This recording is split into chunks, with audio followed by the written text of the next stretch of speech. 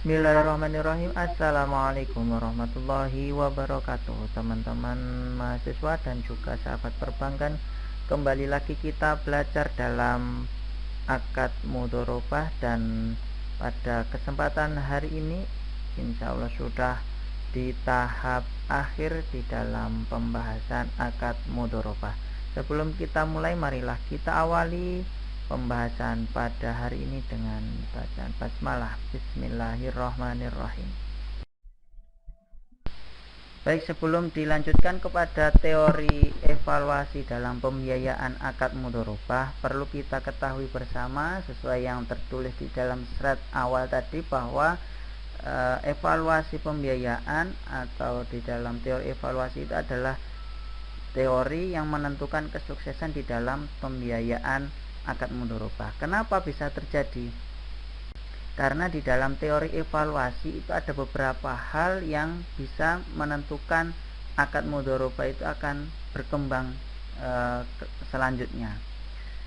Dari teori evaluasi itu kita bisa mengetahui nasabah dalam melakukan pembiayaan yang sudah melakukan praktek, melakukan usaha yang sudah dibiayai itu, apakah melakukan dengan sungguh-sungguh, melakukan dengan semangat atau tidak.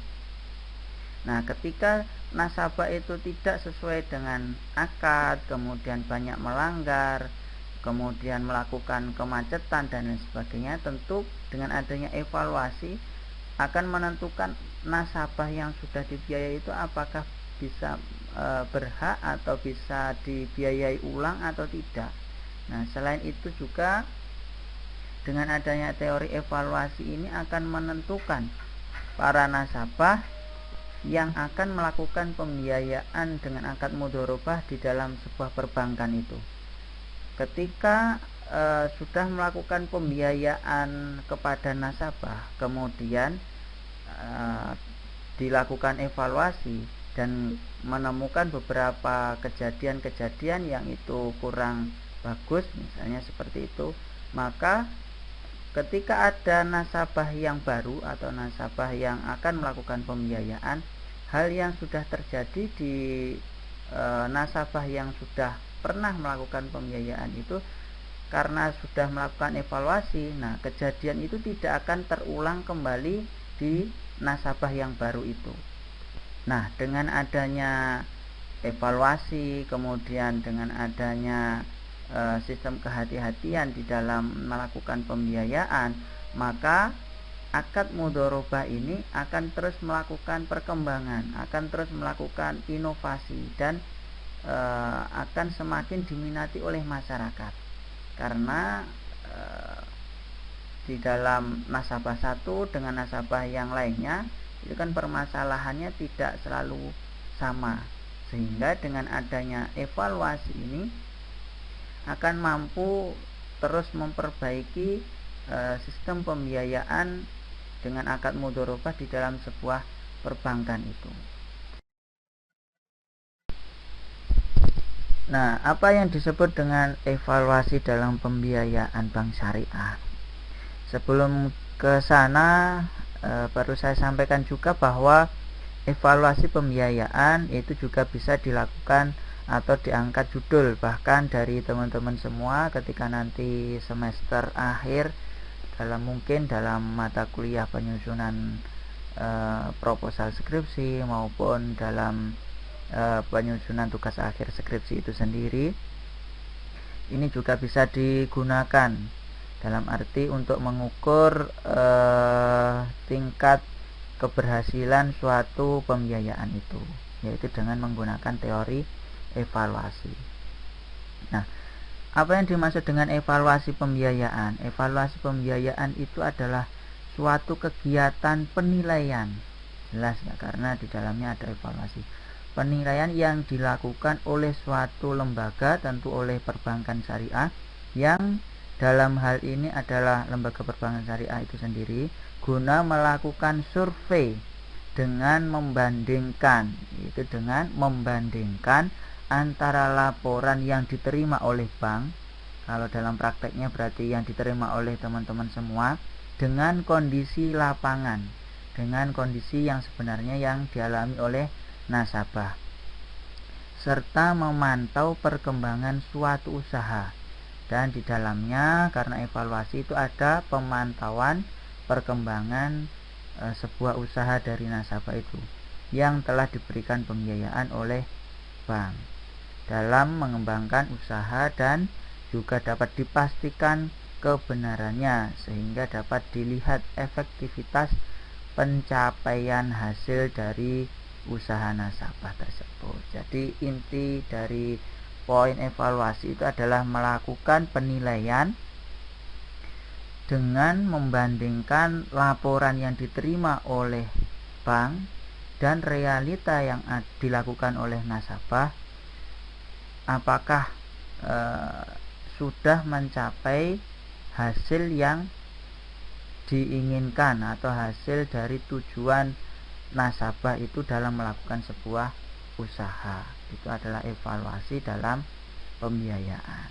Nah, tentu dari beberapa pengertian ini ada banyak indikator ketika teman-teman semua ingin mengukur atau ingin mengevaluasi sebuah pembiayaan bank atau praktek dari teman-teman semua, yaitu ada kegiatan penilaian yang itu memuat membandingkan antara laporan dan juga keadaan yang sebenarnya, apakah sudah mencapai tujuan dari pembiayaan tersebut atau belum.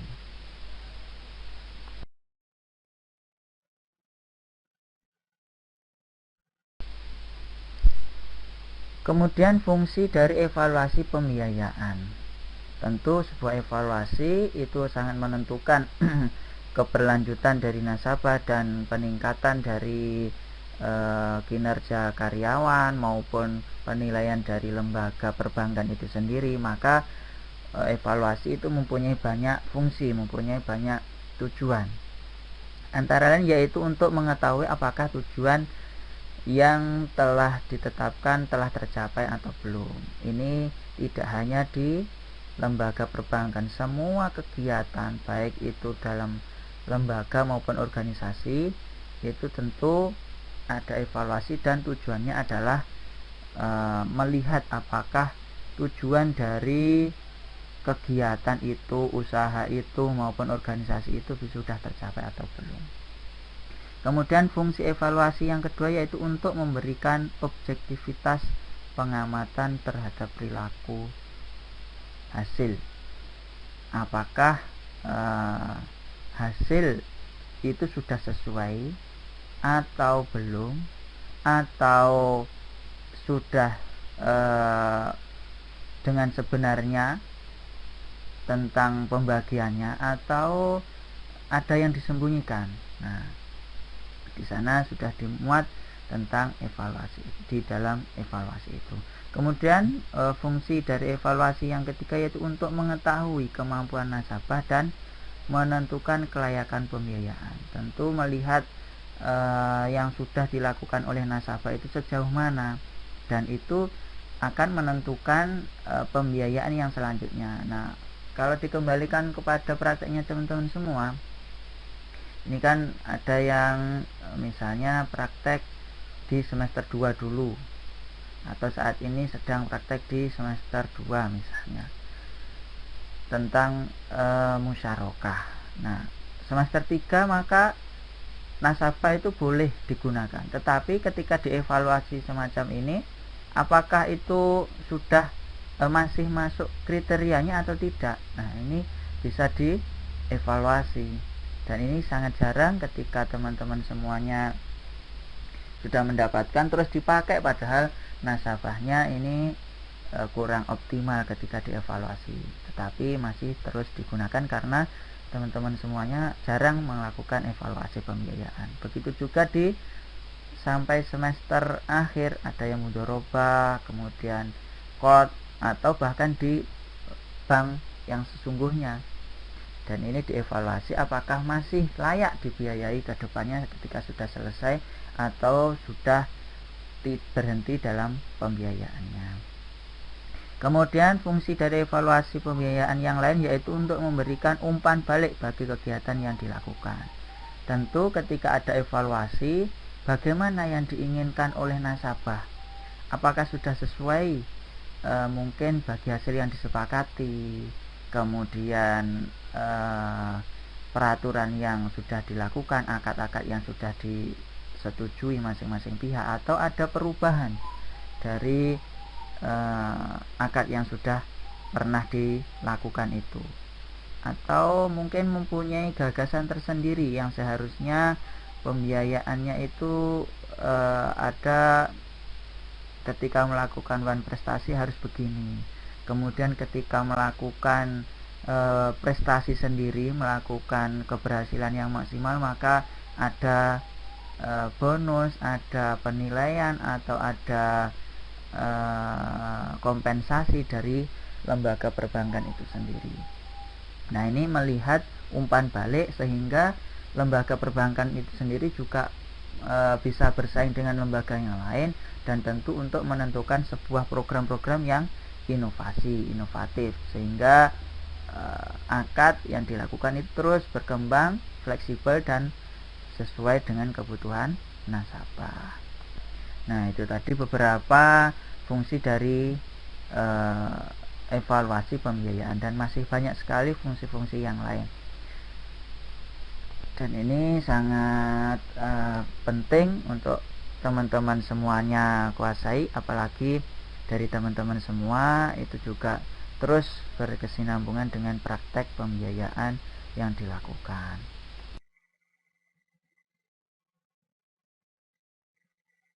Nah, selanjutnya adalah tentang proses dari evaluasi dalam pembiayaan. Kalau tadi sudah ada manfaat atau tujuan atau fungsi atau urgensi, kemudian sudah mengetahui indikator-indikator dari pengertian atau konsep dari evaluasi pembiayaan tadi, maka yang paling penting adalah proses bagaimana mengevaluasi sebuah pembiayaan. Setidaknya ada tiga proses yang harus dilakukan dalam evaluasi pembiayaan. Namun dari tiga ini sebenarnya masih dalam satu kesatuan. Dari tiga proses itu tidak bisa dipisahkan antara satu dengan yang satunya. Ada 4, tetapi 4 ini sebenarnya sudah kita bahas di materi-materi yang sebelumnya. Kita bahas satu persatu, yaitu yang pertama, ketika mau melakukan evaluasi pembiayaan, proses yang harus dilakukan adalah pendekatan kepada nasabah yang sudah dibiayai. Begitu juga ketika nanti teman-teman menjadi pelaku di bank yang sesungguhnya, maka teman-teman semua harus menguasai, harus dekat baik secara emosional maupun secara yang lainnya, secara komunikasi, ya. Jadi ada pendekatan yang itu seakan-akan dari prakteknya nasabah itu tidak ada yang ditutup-tutupi, tidak ada yang dibesar-besarkan, dan semua yang dilakukan oleh nasabah itu diketahui oleh teman-teman semua atau diketahui oleh perbankan semua tanpa adanya wawancara ataupun bertanya kepada nasabah itu. Jadi sudah tahu, oh si A itu usahanya begini, kendalanya begini, kemudian keunggulannya juga begini. Nah, itu semuanya sudah diketahui dengan adanya pendekatan itu. Nah, ketika sudah dilakukan pendekatan, maka apa yang seharusnya dilakukan, yaitu melakukan monitoring, di mana tahap yang harus dilakukan dalam evaluasi itu paling utama adalah monitoring. Kenapa monitoring? Karena monitoring itu adalah terjun langsung di lapangan, yang itu membuktikan dari laporan nasabah dan juga praktek dari yang dilakukan oleh nasabah. Ketika sudah dekat, kemudian dilakukan monitoring, atau dalam lembaga-lembaga yang lain turba, turun ke bawah ke lapangan dan melihat kondisi yang sebenarnya, apakah memang yang dilaporkan oleh nasabah itu benar-benar sesuai atau belum. Nah, ini teori evaluasi itu juga bisa diterapkan tidak hanya di pembiayaan. Nanti teman-teman menjadi pengusaha, teman-teman menjadi ya minimal menjadi manajer bank, maka teman-teman semua tahu langsung kondisi lapangan, tidak hanya sekedar mendengarkan dari laporan. Kalau saat ini digagas oleh pemerintahan Joko Widodo, maka tidak hanya mendengarkan laporan-laporan dari masyarakat, tetapi membuktikan langsung ke lapangan. Nah, ini juga bisa diterapkan di dalam pemerintahan, apalagi dalam pembiayaan. Ini nanti akan terus bisa mengatrol peningkatan dari lembaga perbankan itu sendiri. Nah, pendekatan sudah, monitoring sudah. Nah, dua kunci ini harus berjalan. Ketika sudah dekat, tinggal terjun, maka semuanya sudah diketahui, sudah bisa dilihat dan sudah bisa dibuktikan. Kemudian yang ketiga yaitu menimbang proses pembiayaan. Kalau dalam perbankan maka ditimbang proses pembiayaan, yaitu pengajuannya dulu bagaimana. Ini sudah tidak di lapangan. Kalau tadi pendekatan emosional, pendekatan yang lainnya sudah didapatkan, kemudian di lapangan sudah dibuktikan, maka ditimbang pengajuannya dulu seperti itu. Orangnya cekatan misalnya, orangnya bulat dalam pengajuan, dalam kesepakatan misalnya begitu, atau tidak. Kemudian di dalam angsuran bagaimana? Tertib. Dalam angsuran ini kurang tertib, tetapi ada kendala-kendala yang itu memang kendala sifatnya alamiah, dalam arti memang gajinya turun 2 bulan sekali sehingga angsurnya tidak bisa setiap bulan, misalnya begitu. Kemudian dalam bagi hasil, bagi hasilnya memang jujur walaupun itu melakukan bank itu tidak melakukan pemantauan secara langsung, dilakukan secara jujur. Kemudian pelunasannya tidak molor, sesuai dengan jadwal. Kemudian atau molor tetapi mempertimbangkan apa sebab-sebab dari kemolorannya itu. Dan tentu tidak semuanya berbasis dengan kejujuran. Nah, semuanya ini dalam poin 3 itu tidak lepas dengan adanya prinsip pembiayaan yang sudah kita bahas di depan, yaitu adanya 5C dan 7P. Di sana ada karakter, ada kolateral dan lain sebagainya, dan itu bisa digunakan di poin 3 ini, yaitu menimbang apakah ini nasabah bisa dilanjutkan atau tidak, dan apakah kategori nasabah ini nasabah yang bagus, nasabah yang macet, atau nasabah yang kurang lancar dan lain sebagainya. Semuanya menggunakan indikator-indikator di dalam 5C dan 7P. Jadi materi yang sudah kita bahas di depan itu juga sangat berkaitan erat dengan adanya evaluasi pembiayaan. Kalau dulu kan digunakan untuk nasabah itu dibiayai masuk apa enggak. Nah, ini sebenarnya ketika evaluasi itu juga mengarah ke sana. Apakah nasabah itu nanti bisa digunakan, bisa dibiayai lagi atau tidak. Nah, ini di dalam evaluasi juga digunakan. Jadi ada pendekatan, monitoring, kemudian menimbang proses keseluruhan baik menggunakan 5C maupun 7P. Itu tentang proses dari evaluasi pembiayaan di dalam perbankan syariah. Dan ini teman-teman semua nanti sangat penting ketika sudah masuk dalam perbankan syariah. Dan tentu ini juga biasanya berkaitan erat dengan adanya permasalahan dalam perbankan, karena tidak sedikit kredit-kredit yang macet. Biasanya orang-orang yang baru, orang-orang yang inovatif itu diletakkan di sana untuk menyelesaikan permasalahan itu. Nah, bagaimana cara melakukan penyelesaian? Ya tentunya dengan adanya evaluasi ini.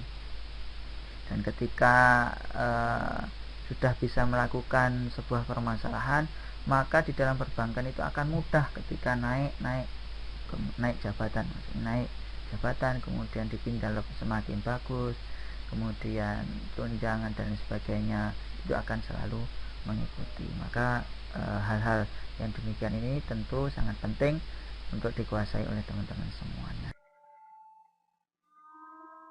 Itu tadi berbagai teori yang ada di dalam evaluasi pembiayaan. Nah, begitu besar manfaat dari evaluasi pembiayaan karena sekali lagi dengan adanya evaluasi itu akad mudharabah akan terus melakukan inovasi, melakukan perkembangan, karena juga selain evaluasi intern dengan adanya evaluasi itu bisa mendengarkan masukan-masukan dari nasabah yang sudah pernah melakukan pembiayaan. Nah, dengan demikian tentu akad mudharabah ini akan terus makin berkembang. Tidak hanya di dalam sistem